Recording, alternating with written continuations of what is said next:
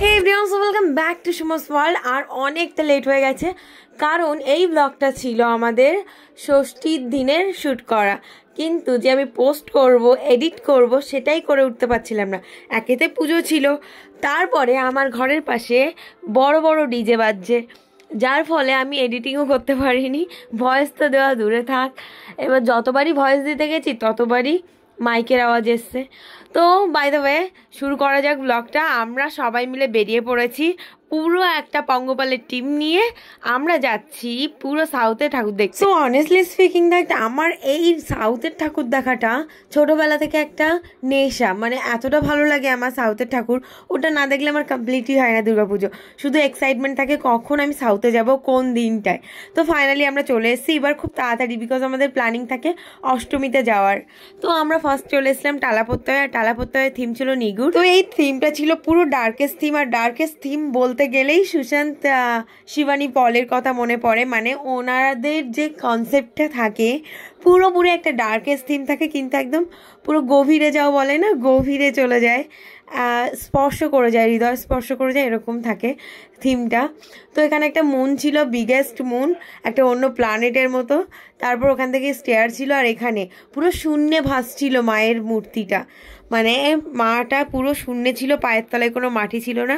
এই যে দেখতে পাচ্ছ, পুরো মা শূন্যে ভাসছে। এটা ছিল এখানকার থিম। আর লাইটে অনেক কিছু ছিল, থিমের কিছুই বুঝি না। তো যাই হোক, ওই দেখার তাই দেখে আসি। তো তারপরে এখান থেকে আমরা নেক্সট প্যান্ডেল হপিংয়ে যাব, অ্যান্ড সেখানে গিয়ে দেখতে পাই পুরো আটার দুর্গা। আর সেই আটার দুর্গাটা দেখাচ্ছি তোমাদের, জাস্ট এই যে দেখো আটার দুর্গা।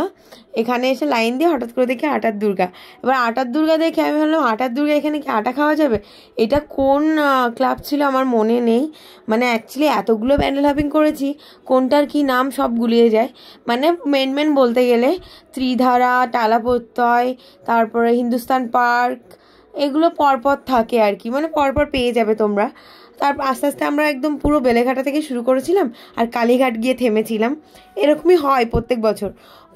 তো অষ্টমীতে প্ল্যানিং থাকে, তো এবার তাড়াতাড়ি হয়ে গেছিলো প্ল্যানিংটা।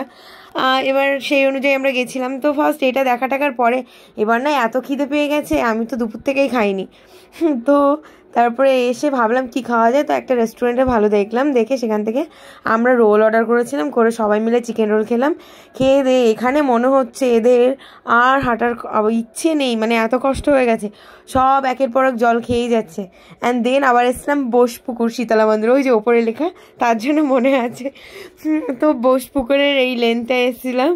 এসে এখানে এই এনজাইটি, এখানে বেশ ভালো একটা জিনিস দেখেছিলাম, সেটা হলো সায়েন্টিফিক কিছু জিনিস ছিল, আমাদের মস্তিষ্ক ছিল, তারপরে প্রিজার্ভ করা যত জিনিস আছে না মিউজিয়ামের, সবগুলো দেখছিলাম এখানে আছে, রিয়েল কিন্তু এগুলো কিন্তু আর্টিফিশিয়াল কিছু নেই। By the way, as a teacher আমি যখন আমার স্টুডেন্টকে বোঝাই যে এই যে ক্লাস 7-8 আমি পড়িয়েছি পিউপা থেকে লার্ভা কী করে হয়, মানে প্রজাপতির জীবনচক্র, তারপরে শুয়োপোকার, তারপর মৌমাছির জীবনচক্র, এগুলো সব কিছু এখানে প্রপারলি ছিল। আর একটা জিনিস লাইভলি যে জিনিসটা দেখে শেখা যায়, সেটা বইয়ের ভাষায় আই থিঙ্ক কম বোঝা যায়। এই জন্য এদের থিমটা, কনসেপ্টটা আমার ভীষণই ভালো লেগেছিলো। লাইভলি স্নেক, র্যাবিট সব কিছু ছিল, পুরো প্রিজার্ভ করা, স্টারফিশ থেকে জেলিফিশ থেকে সব কিছু। অ্যান্ড আমি ছোটোবেলায় ফার্স্ট আমি এই মিউজিয়াম ভিজিট করার পর থেকে তারপর ভাবলাম না, ওটা আমি দেখে এসেছি, হ্যাঁ বইয়ে এটা আছে। ওই জন্য আমার স্টুডেন্টদেরকে বারবার আমি বলি যে তোমরা একবার হলেও মিউজিয়াম ভিজিট করো। এই যে ধানের কনসেপ্ট ছিল ওখানে, মানে ধানের কী ভ্যারাইটিস হয় সেগুলো, যেমন আমরা পড়েছি বইয়ে, সেগুলো ছিল আর কি সায়েন্টিফিক। আর এখানে একটা লিটল দুর্গা ছিল মায়ের নিচে, এতটা সুন্দর ছিল। আর মাটা মনে হচ্ছিলো লাইভলি হাঁটছিল, একটা সুন্দরী কন্যা, এতটা সুন্দর ছিল। অ্যান্ড দেন ওখান থেকে বেরিয়ে একটা র্যান্ডমলি হাঁটতে গিয়ে একটা প্যান্ডেল পেয়ে গেছি। তো সেই প্যান্ডেলের এখানে আসার পর দেখি মা এখানে পরীগুলো বসে আছে, তো পরী দেখছিলাম আর ফটো তুলছিলাম। অ্যান্ড তুলতে এখানে দেখো ডিজের কাণ্ড। ডিজে হলো গিয়ে গোপ্রো নিয়ে পুরো মুখের ভেতর নিয়ে শ্যুট করছে, মানে এমন শট নিয়েছে যেগুলো দেখতেও পারবে না ও মনে হয়। আর যেভাবে পোজ দিয়ে তুলেছে, মুখের ওপর চোখের ওপর নিয়ে, নিজেদেরকে রাক্ষসী ছাড়া আর কিছু মনে হবে না। তো এই প্যান্ডেল হপিংটার পরে আমাদের প্ল্যান ছিল আমরা ত্রিধারা যাব ডিরেক্টলি। আর মাঝখানে কোথাও দাঁড়াবো না। হঠাৎ করে আমাদের বাইরে না যেতে যেতেই প্ল্যান চেঞ্জ হয়ে গেল। না, আমরা ফার্স্ট যাব চেতলা, আর চেতলা অগ্রাণীতে যাওয়ার পরের দৃশ্যটা তোমাদেরকে দেখাচ্ছি। তারপরে তোমাদেরকে বলছি এই লাইনটার টুইস্ট। আমরা পুরো চেতলা ব্রিজ আছে, সেই ব্রিজের ওখান থেকে লাইন দিয়েছি, দিয়ে এখানে 1 ঘন্টা গেল। 1 ঘন্টা পরে এই লাইনটা গিয়ে আবার ডাবল করে ঘুরে আসছে এই পার্ক অবধি। আর এইটা এন্ট্রেন্স ছিল, এন্ট্রেন্সটা এক্সিট করে দিয়েছে অ্যান্ড আবার ঘুরে ওই মাথা দিয়ে। আর এখানে নিশার বিজন ভয়ের চোটে পালিয়েছে। অ্যাকচুয়ালি ওরা যাবে না, এত কষ্ট হয়ে গেছে। তো তারপরে আমরা এখানে পাক্কা 2 ঘন্টা লাইন দিয়েছি। দেওয়ার পরের যে মুহূর্তটা এতটা সুন্দর বলার বাইরে, পুরো 3 কোটি রুদ্রাক্ষ দিয়ে বানিয়েছিল। উফ, এতটা সুন্দর দেখতে না, পুরো রুদ্রাক্ষে ভরা। দিন এর মধ্যে আরেকটা টুইস্ট ছিল, লাইনে দাঁড়িয়ে হঠাৎ করে একটা বাচ্চার সাথে দেখা। সেই বাচ্চাটাকে আমাকে 1 ঘন্টা ধরে ফলো করছে, ডাকছে, তার বাবা মা বললো আর কি। তো সেই ভিডিওটা পরে অ্যাড করছি, প্রথমের ভিডিওটা তো অন ছিল না, তো কী করে দেখাবো। বাচ্চার কাহিনিটাও বলছি কি হয়েছে। সে আমাকে খুব ভাল লেগেছে আর কি, তার জন্য সে 1 ঘন্টা লাইনে দাঁড়িয়ে দাঁড়িয়ে সে আমাকে তার বাবার ঘাট থেকে দাঁড়িয়ে দাঁড়িয়ে চিল্লাচ্ছিল। তো তারপরে আমরা এখানে প্যান্ডেলের ভেতরে আসলাম। আসার পরে দেখা টাকা হয়ে গেছে বাচ্চাটার সাথে। দেখা টাকার পরে আমরা এখান থেকে ঢুকলাম, সেও হারিয়ে গেছে, সেও পিছনে পড়ে গেছে। তো তার পরের টুইস্টে বলছি, আগে প্যান্ডেল হপিংটা পুরো সেরে নাও। তো এখানে পুরো 3 কোটি রুদ্রাক্ষ দিয়ে এই নাগটা করা হয়েছে, পুরো একদম যে শিবলিংটা করা হয়েছে। চারিদিকে পুরো 12টা না 14টা শিবলিং ছিল 2 সাইডে, সেগুলো পুরো সব কিছুই রুদ্রাক্ষ দিয়ে বানানো হয়েছে। আর এতটা সুন্দর ছিল, অ্যাথেস্টিক ব্যাপার ছিল এখানে। অ্যান্ড দেন আমরা ভাবলাম এইটুকুই মনে হয় দেখতে এসেছি। সাডেনলি আমরা যখন এই ঘন্টা বাজিয়ে ভেতরে ঢুকতে গেলাম, তখন জাস্ট চক্ষু চড়ক গাছ। এতটা সুন্দর ভেতরটা বলার বাইরে, মানে মনে হচ্ছে পুরো একটা অন্য একটা স্বর্গের রাজ্যে চলে এসেছি, যেখানে শুধু দেবদেবী ভর্তি।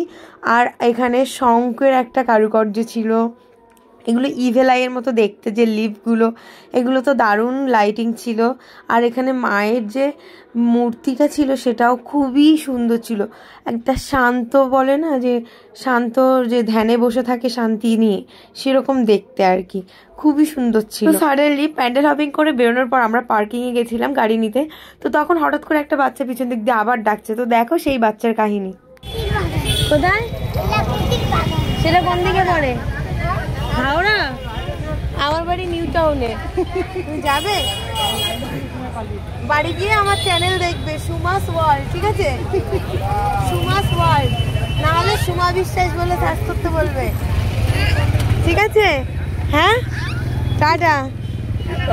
টাটা দাও, যাও। তো বলি, এবার বাচ্চাটা প্রথম যখন আমার সাথে মিট করে, তখন নাকি 1 ঘন্টা আগে থেকে ও আমাকে ডাকছিল, ওর বাবা মা বললো যে আন্টি আন্টি করে ডাকছিল। তারপর আসার পর হঠাৎ করে আমার পাশে যখন এসে দাঁড়িয়েছে, আমার গায়ে না জাস্ট হাত বুলাচ্ছে। আমি বলি, কে এরকমভাবে হাত ডলছে গায়ে? তারপর দেখলাম আমার হাতে হাত দিচ্ছে বাচ্চাটা, যে না বলছে তোমাকে না আমার খুব পছন্দ। এবার তারপর কথা বলছিলাম যে কোথায় দেখেছো আমাকে, সেটা বলছে। বলা টলার পর বাচ্চাটা কি করলো, যে পরে আবার দেখা হলো, তখন টাটা দিয়ে গেল। তার আগে ওর মা বাবা বললো যে 1 ঘন্টা ধরে তোমাকে ডাকছে। তারপর বললো, আমি কি তোমাকে পড়িয়েছি? বাচ্চাটা বলছে, হ্যাঁ হ্যাঁ, তুমি আমাকে পড়িয়েছিলে তো একদিন। তুমি কবে? বলে, পড়িয়েছিলে একদিন, মনে নেই। সো অ্যাকচুয়ালি বাইরে বেরোলে এই ছোটো ছোটো জিনিস ভীষণই হ্যাপিনেস দেয়। তো বাই দ্য ওয়ে, আমাদের প্যান্ডেল হপিং শেষ, এখন বাজে 2টো। এবার আমরা আইসক্রিম খেয়ে বেরিয়ে যাচ্ছি। এটা হলো সাউথ সিটি মল। তো আমরা এখান থেকে যাচ্ছি নিউ টাউনে, বিকজ অফ সাউথে আমরা খাবার খেতে পারি না, ভালো রেস্টুরেন্ট পাই না, কিছু পাই না, জানি না কেন। তো আমরা ফাইনালি আবার প্রত্যেক বছরের ন্যায় নিউ টাউন গিয়েই খাবো। তো সবার ভিডিওটা কেমন লাগলো অবশ্যই কমেন্ট করে জানিও। Stay tune my next blog and subscribe my channel also. Tata.